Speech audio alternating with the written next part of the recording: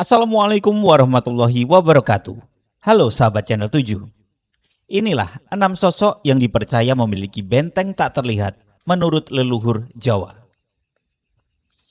Pernahkah Anda memperhatikan ada orang yang berkali-kali dihina, dijatuhkan bahkan disakiti, tetapi hidupnya tetap berjalan. Seolah selalu ada jalan keluar. Seolah ada sesuatu yang menjaga langkahnya. Menurut kepercayaan leluhur Jawa, tidak semua manusia mudah disentuh oleh niat buruk. Ada manusia-manusia tertentu yang dipercaya memiliki benteng tak kasat mata. Bukan kesaktian, bukan karena ilmu yang dipelajari, tetapi karena sesuatu yang jauh lebih dalam. Cara hidup, ketulusan, kesabaran, dan doa yang menyertai langkah mereka. Dan yang menarik, seringkali orang yang memilikinya justru tidak sadar bahwa dirinya sedang dijaga.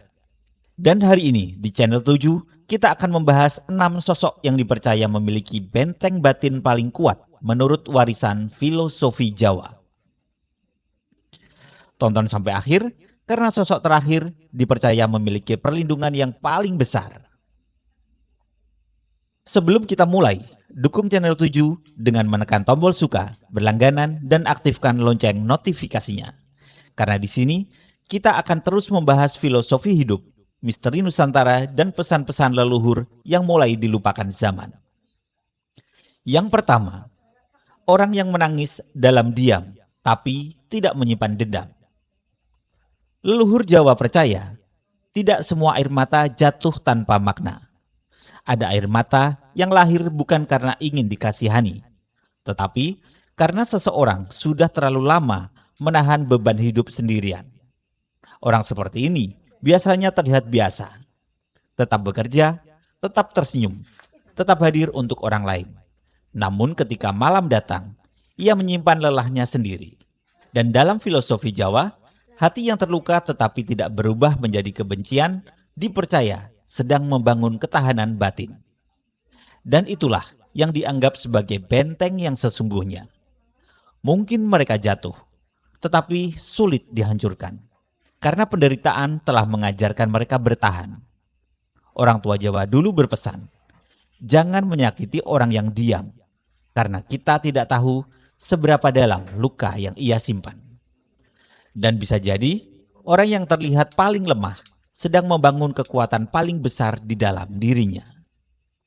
Yang kedua, orang yang menolong tanpa ingin diketahui. Hari ini, kebaikan seringkali ingin dilihat. Bantuan direkam, kepedulian diumumkan.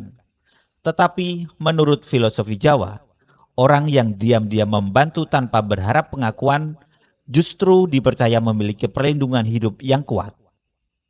Mereka tidak menghitung jasa, tidak menagih balasan, tidak menjadikan kebaikan sebagai alat untuk dipuji. Namun anehnya, ketika hidup mereka sulit, selalu ada jalan. Ketika hampir menyerah, selalu muncul pertolongan. Karena menurut orang tua dahulu, kebaikan yang tulus tidak pernah benar-benar hilang. Ia kembali dalam bentuk yang berbeda. Dan mungkin doa orang-orang yang pernah ditolong diam-diam ikut menjaga hidup mereka. Yang ketiga, orang yang berkali-kali dikhianati, tetapi tetap menjaga hatinya. Tidak semua orang bisa tetap baik setelah dikecewakan. Ada yang berubah keras, ada yang kehilangan kepercayaan, tetapi ada juga yang memilih tetap menjadi dirinya sendiri.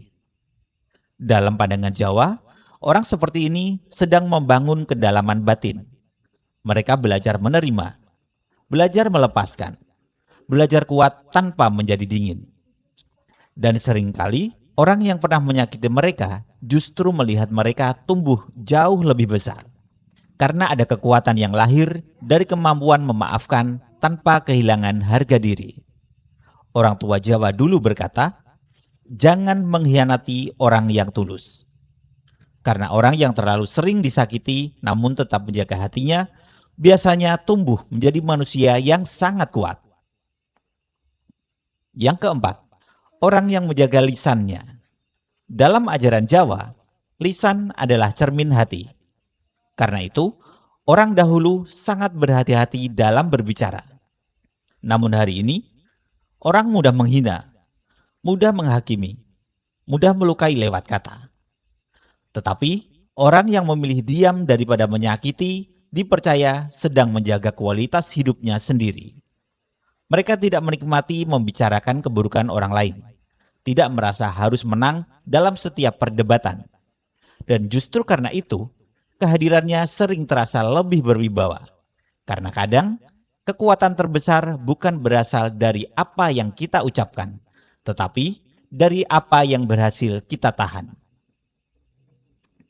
Yang kelima, orang yang sering diremehkan. Tidak semua orang terlihat biasa itu lemah. Kadang, yang paling tenang sedang mempersiapkan perubahan besar.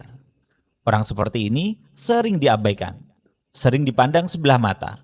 Tetapi mereka terus berjalan, terus belajar, terus bertahan. Dalam filosofi Jawa, setiap hinaan yang diterima tanpa berubah menjadi kebencian dipercaya membentuk kekuatan hidup. Dan ketika waktunya tiba, hidup mereka berubah. Bukan karena balas dendam, tetapi karena hasil yang akhirnya berbicara. Itulah sebabnya orang tua dulu melarang meremehkan siapapun. Karena kita tidak pernah tahu siapa yang sedang dipersiapkan untuk menjadi besar. Yang keenam, orang yang menjaga hubungan dengan orang tua dan menghargai doanya. Dan inilah yang terakhir, yang menurut kepercayaan Jawa dipercaya paling kuat. Bukan ilmu, bukan kesaktian, melainkan restu dan doa orang tua. Terutama doa yang lahir dari kasih sayang.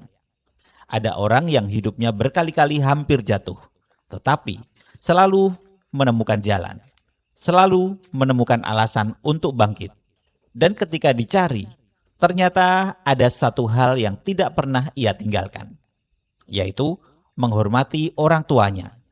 Karena seringkali ada doa yang dipanjatkan diam-diam, ada nama yang disebut setiap malam, ada harapan yang tidak pernah berhenti, dan mungkin kita tidak pernah sadar bahwa sebagian keselamatan hidup kita berasal dari doa seseorang yang sedang mencintai kita.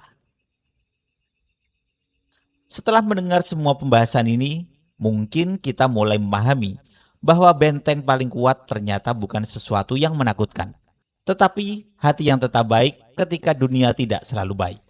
Kesabaran, ketulusan, kemampuan menjaga lisan, kemampuan memaafkan, dan doa yang terus mengiringi langkah.